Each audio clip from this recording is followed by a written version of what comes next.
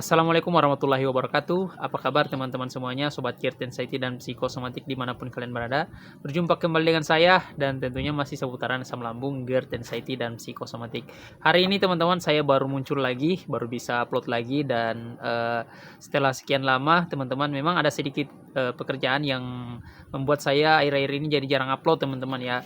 Dan sebenarnya niat saya itu mungkin setelah Agustus ini ya, September baru bakalan aktif lagi teman-teman, tapi saya sempatkan dalam sebulan bisa upload meskipun itu hanya 1-2 video ya teman-teman ya, biar akun YouTube saya juga nggak mati gitu teman-teman, terus aktif ya. Teman-teman, Sobat Geert Anxiety dan Psikosomatik dimanapun kalian berada, saya terus terang saja kangen dengan komentar-komentar kalian nih, bagaimana keadaan kalian ya. Apakah kalian sudah ada perubahan setelah terakhir menonton video saya sampai dengan hari ini? Apakah kalian sudah mendingan atau gimana? Kalian coba tulis di kolom komentar teman-teman ya. Dan saya doakan ya semoga kalian yang masih banyak sensasi berangsur pulih dan insya Allah bisa beraktivitas kembali dengan aman dan lancar. Teman-teman, bagi kalian yang masih selalu dihantui rasa takut, rasa cemas, kalian harus berusaha untuk berdamai dengan perasaan-perasaan itu teman-teman ya. Nah, kali ini kita ngomongin masalah cemas lagi nih.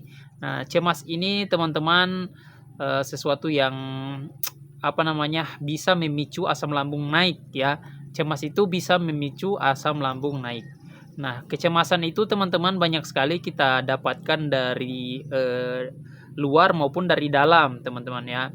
Kecemasan itu bisa terjadi secara tiba-tiba, bisa juga datang karena penyebab, teman-teman ya. Jadi dia bisa datang tanpa penyebab dan juga bisa hadir karena penyebab. Nah, bagaimana caranya? Yaitu dengan melawan kecemasan itu, teman-teman. Ketika dia hadir, teman-teman semua harus berusaha untuk mengambil alih kesadaran teman-teman ya, bahwa ini hanya sebuah perasaan ya. Yang namanya perasaan itu teman-teman bisa memilih apakah teman-teman akan pilih untuk teman-teman itu menyikapinya dengan cemas, atau teman-teman akan mengekspresikan perasaan itu dengan perasaan biasa saja, tenang, rileks ya, walaupun teman-teman pada dasarnya lagi dalam keadaan panik nih ya. Jadi tidak hanya cemas sebenarnya ya teman-teman ya. Cemas itu kan suatu perasaan ya, sama halnya dengan ketika kita lagi misalnya teman-teman pengen marah nih ya, pengen marah atau emosi, ada yang ingin membuat teman-teman itu mungkin emosi, terbawa emosi ya, karena mungkin marah ke anak atau ke pasangan atau ke siapa saja teman-teman. Tapi pada akhirnya teman-teman mempunyai kehendak untuk memilih apakah teman-teman harus marah atau teman-teman berusaha untuk lebih menenangkan diri, tenang, atau teman-teman bisa lebih lebih sabar ya, lebih ikhlas, lebih ridho ya. Jadi teman-teman bisa memilih. Begitu juga dengan cemas tadi ya.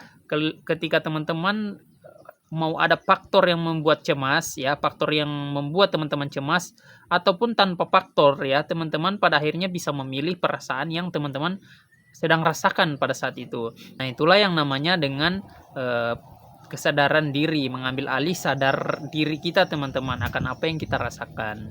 Jadi semuanya keputusan ada pada teman-teman semuanya ya. Begitu juga saya, ketika saya terbawa emosi, terbawa perasaan takut, cemas, saya langsung segera mengambil alih apakah saya harus takut dengan perasaan itu, apakah saya harus marah karena kejadian ini, apakah saya harus cemas karena perasaan ini. Nah, itu teman-teman, saya kembali mengambil kesadaran saya, dan dengan mengambil kesadaran saya teman-teman ya, saya bisa mengontrol diri saya teman-teman. Walaupun itu kita tidak langsung bisa teman-teman ya, butuh latihan awal, butuh bertahap ya teman-teman, nggak bisa yang langsung instan. Kalau teman-teman sudah melatih itu lama-lama insya Allah terbiasa teman-teman dengan perasaan apapun itu ya, mau marah, mau takut, mau cemas, bahagia ya, itu bisa kita ambil alih teman-teman, bisa kita kendalikan tentunya dengan latihan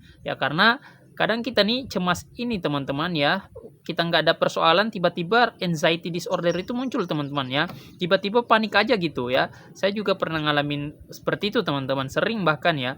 Dan ketika paniknya itu tiba-tiba kumat ya, nah kadang kan kita langsung kayak orang yang linglung, kayak orang yang langsung panikan gitu teman-teman ya. Jadi seperti orang yang nggak tahu mau ngapain teman-teman ya.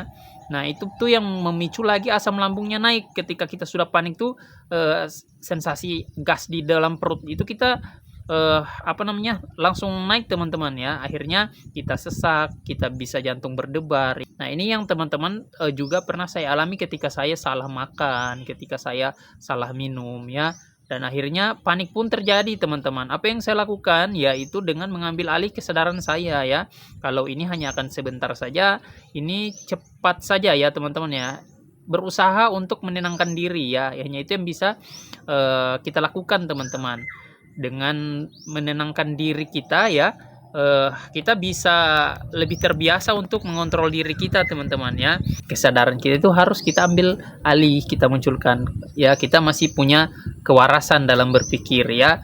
Kalau kecemasan itu sebenarnya adalah sebuah sinyal dari tubuh kita ya, dimana kita itu selama ini sudah terlalu over ya, berlebihan terhadap sesuatu. Nah dan itu harus kita pelajari dan kita biasakan teman-teman ya. Ketika apa yang membuat kita takut, membuat kita cemas, ketika kita biasakan, insya Allah perlahan-lahan itu menjadi sebuah kebiasaan baru kita teman-teman ya. Nah kemudian itu akan direkam lagi oleh tubuh kita, pikiran kita. Kalau itu sudah sesuatu yang biasa kita lakukan, dan itu kita aman-aman saja teman-teman ya.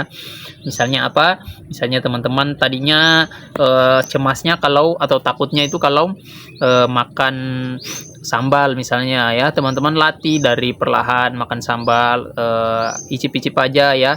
Terus teman-teman naikkan sedikit porsinya ya, gitu-gitu aja teman-teman, bertahap. Nah kalau udah lama kelamaan tubuh tuh mengonfirmasi kita ya, otak dikonfirmasi kalau tubuh ini sudah terbiasa. Nah jadi dia memberi sinyal ke otak, kita sudah terbiasa makan sambal gitu. Nah nantinya kita nggak akan separah kalau kita tidak terbiasa teman-teman, kalau kita tidak melatih ya. Oke teman-teman, hanya itu yang bisa saya share di video kali ini, dan semoga kita sehat selalu, bisa bertemu lagi di video-video berikutnya dalam keadaan yang lebih sehat lagi. Terima kasih telah mengikuti channel ini, dan insya Allah kita mungkin pertengahan Agustus atau September kita akan lebih aktif lagi buat upload video di channel ini seputaran asam lambung, GERD, anxiety, dan psikosomatik. Terima kasih. Assalamualaikum warahmatullahi wabarakatuh.